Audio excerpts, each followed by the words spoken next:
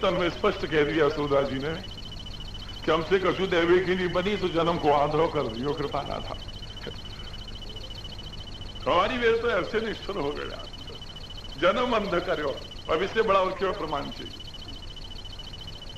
सूरदास जी जन्म से अंधे हैं, उनकी वाणी में, हृदय चरणों की वाणी में अनेक प्रमाण हैं। और अविनावादास जी की वाणी सुनी आपने, उसमें प्रमाण।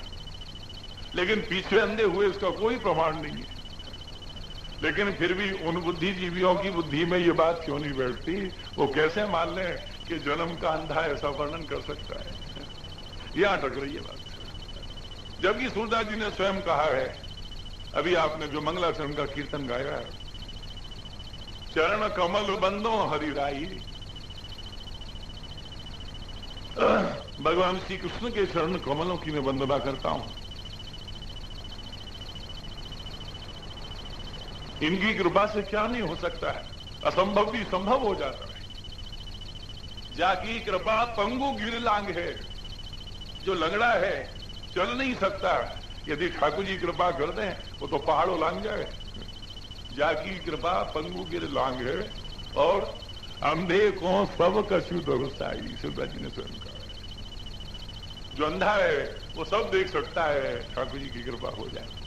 और इसका प्रमाण स्वयं सूरदास जी है, जन्म से अंधे लेकिन सब लीला का दर्शन किया है। बहरो सुने, जो जन्म से बहरा है वो सुन सकता है। मूक पुनि बोले, जो मूक है, गूंगा है, वो बोल सकता है। और रंग चले सिर छत्र धराई, जो रंग भिखारी है, कृष्ण की कृपा हो जाए तो एक क्षण में रंग राजा बन जाए, छत्रधारी राजा। प्रमाण सुदामा एक क्षण पहले भिखारी और दूसरे क्षण में राजा बनाए दिए राजा। रंग चले सिर छत्र धराई, सूरदास स्वामी करुणामय। मेरे स्वामी श्री कृष्ण तो करुणामय हैं, परम कृपाल है। बार बार बंदो ती पाही, मैं बार बार उनके चरणों की वंदना करता हूं।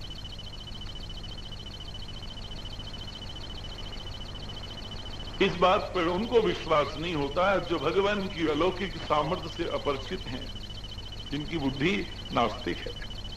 कैसे संभव है?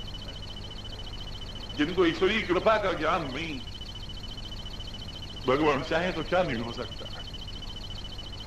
सारे प्रमाण होने के बाद भी स्वीकार नहीं करते,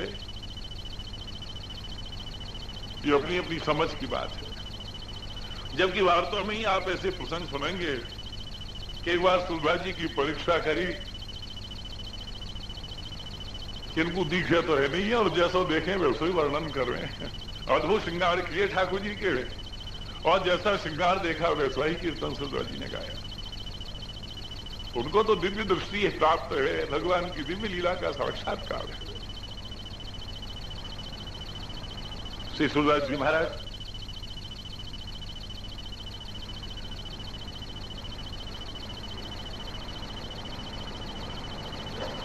के संबंध में रीवा नरेश रघुराज सिंह जी महाराज कृत, जो सूरदास जी के समय के थोड़े ही समय बाद हुए, उन्होंने एक पुस्तक लिखी है राम रसिकावली, और उनके समय में हुए मियां सिंह, उनकी रचना है भक्ति विनोद। इन दोनों ने भक्तों के स्वरूपों का वर्णन किया है, और ये दोनों भी सूरदास जी के संबंध में ऐसा ही लिखते हैं। जनमत ते हैं नैन विहीना, दृष्टि बिना देखें सुख भीना।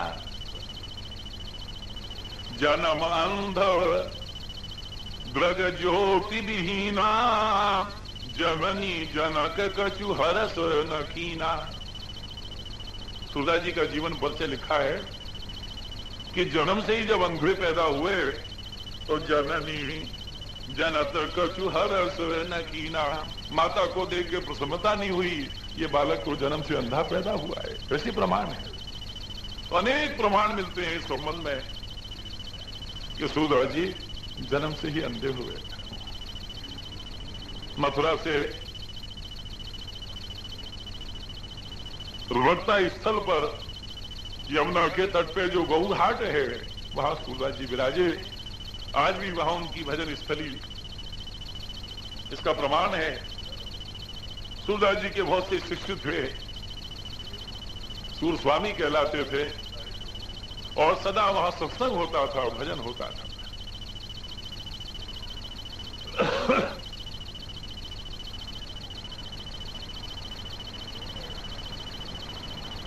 इस समय सूरदास जी की अवस्था संभवतः 30 वर्ष की हो गई थी, और यहां गौघाट पर ही सूरदास और महाप्रभु श्री वल्लभाचार्य जी का मिलन हुआ।